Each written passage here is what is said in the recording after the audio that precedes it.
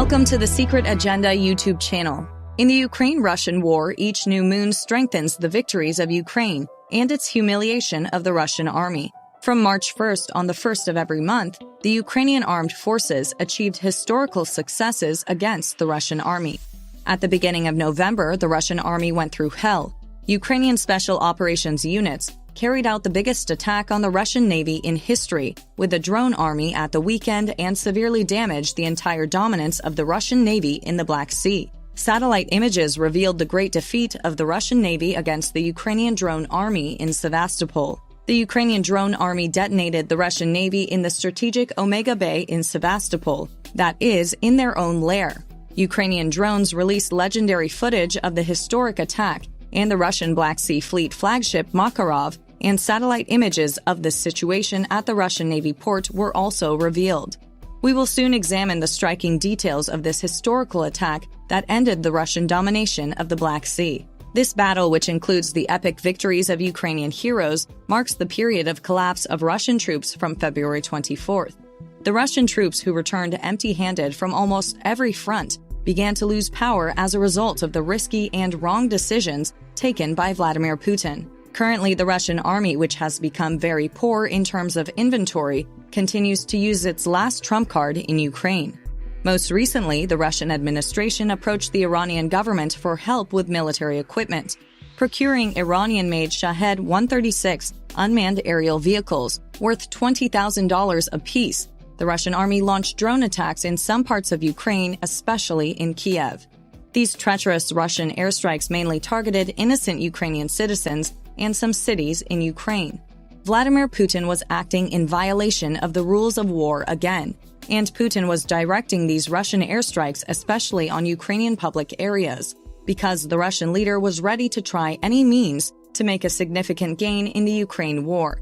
But even though it took a lot of damage, the heroic Ukrainian people continued to support their army, and these Russian airstrikes cost Vladimir Putin dollars wasted. The Ukrainian heroes, on the other hand, enriched the inventory of their army with the military support packages provided by the USA and Europe. In particular, NASAM's air defense systems and legendary AGM-88 missiles, supplied by the US to the Ukrainian army, have become the apple of the eye of the Ukrainian army. Also, Zelensky's brave army had the potential to produce its own drones. The Ukrainian army, ready to create wonders with all these functions, was ready to sign an attack that will go down in history, and it was expected.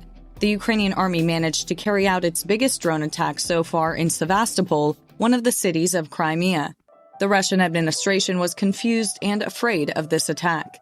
The first satellite images of the Sevastopol Bay, taken after the Russian Black Sea Fleet warships were attacked by unmanned sea vehicles of the Ukrainian army, were published on a social network. These broadcast satellite images almost turned the world agenda upside down. These shared satellite images recorded the Admiral Grigorovich-class frigate in the open sea. Within 5 hours, this ship docked with a mooring wall in Strelsk Bay in Sevastopol. And from this moment on, the heroes of Ukraine launched the massive drone attack. The submarine drones of the Ukrainian army had targeted the Russian Navy, and everything was going in favor of the Ukrainian army. Satellite images immortalized these historic Ukrainian drone attacks. On the same day as the massive drone attack by Ukrainian heroes, a video was published on social media networks showing a Ukrainian seaplane attacking the 11356R Admiral Makarov frigate, which became the flagship of the Black Sea Fleet after the Moscow missile cruiser was sunk by the Ukrainian Navy. The Ministry of Defense of the Russian Federation acknowledged the damage to the Ivan Golyubets Russian minesweeper, but did not confirm the damage to the Admiral Makarov. According to Russian defense officials, this massive drone attack by Ukrainian heroes was carried out by 7 autonomous unmanned watercraft and 9 unmanned aerial vehicles of different types. In addition, a video appeared on the internet showing a Ukrainian army submarine drone being fired upon by Russian ships, boats, and helicopters. Some of this information, supported by satellite images, was tried to be censored by the Russian authorities. It was claimed that as a result of the drone attack organized by the Ukrainian heroes, especially the Admiral Makarov frigate was damaged. But Russian authorities even ordered to turn off security cameras in the area where the drone attack took place in order to hide some information. As a result of this huge drone attack by the Ukrainian army, the Russian administration both damaged its reputation and the Russian army had to accept the success of the Ukrainian heroes militarily. This historical success of Ukraine, which is followed very closely by all the states of the world, became very important for Crimea, because this victory of the Ukrainian army against the Russians opened the door of Crimea to Zelensky's brave warriors. History said that we should expect such a move from the Ukrainian heroes.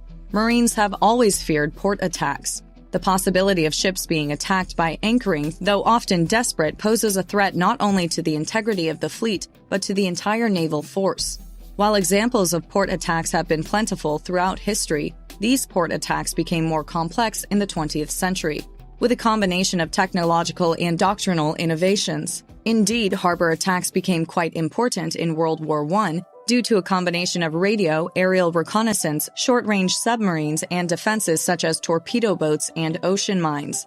During World War II, Navy tacticians devised several innovative ways to attack enemy ships when they were most vulnerable. After all this historical movement process, after Ukraine's attack on Sevastopol, the progress of the port attacks came to a position worth re-examining. The first and most notable submarine-led harbor attack took place on October 14, 1939, after the U-47 led by notorious Captain Gunther Preen infiltrated the British naval base at Scapa Flow. Using intelligence gathered by planes and other submarines, Preen entered the base at midnight through a gap at the British defense. After spotting a British battleship, U-47 launched a total of 7 torpedoes. 4 torpedoes launched by U-47 hit the warship and 835 sank near Royal Oak in about 15 minutes. Preen, on the other hand, fled to meet a hero in Germany and died while on patrol in March 1941, but Preen's steps have been talked about throughout history. All these events showed us that we need to understand a truth. Since remotely operated drones could detect and attack targets directly, frogmen no longer needed to risk themselves in such operations. Submarines had already begun to play a role in such attacks, acting as motherships to submarine drones. Submarines could also launch cruise missiles and long-range torpedoes at ships' moorings, while aircraft carriers still held the striking power with which they could open up enemy naval units. In any case, the technologies the navies used to defend ports and the methods they used to attack them continued to evolve in response to each other. When we carefully examine the great drone attack of Ukraine on Sevastopol, we encounter the most advanced version of these historical events.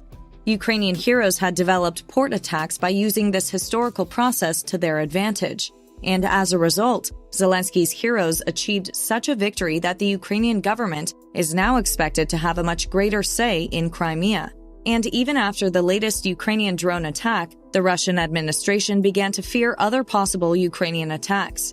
Crimea was very important for both sides of the war. In particular, Zelensky's clear and resolute statements about Crimea pointed out that there could be more Ukrainian attacks in this region. Ukrainian leader Zelensky, who made shocking statements about Crimea, said, "The war started in Crimea and will end in Crimea." Here are Zelensky's striking views on Crimea. For Russian leader Vladimir Putin, Crimea is one of the most critical regions. In fact, the region that Vladimir Putin cares about most is Crimea and its surroundings.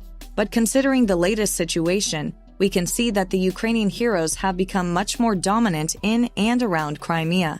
While the Moscow administration embraced Crimea, it has now taken the position of defending this region.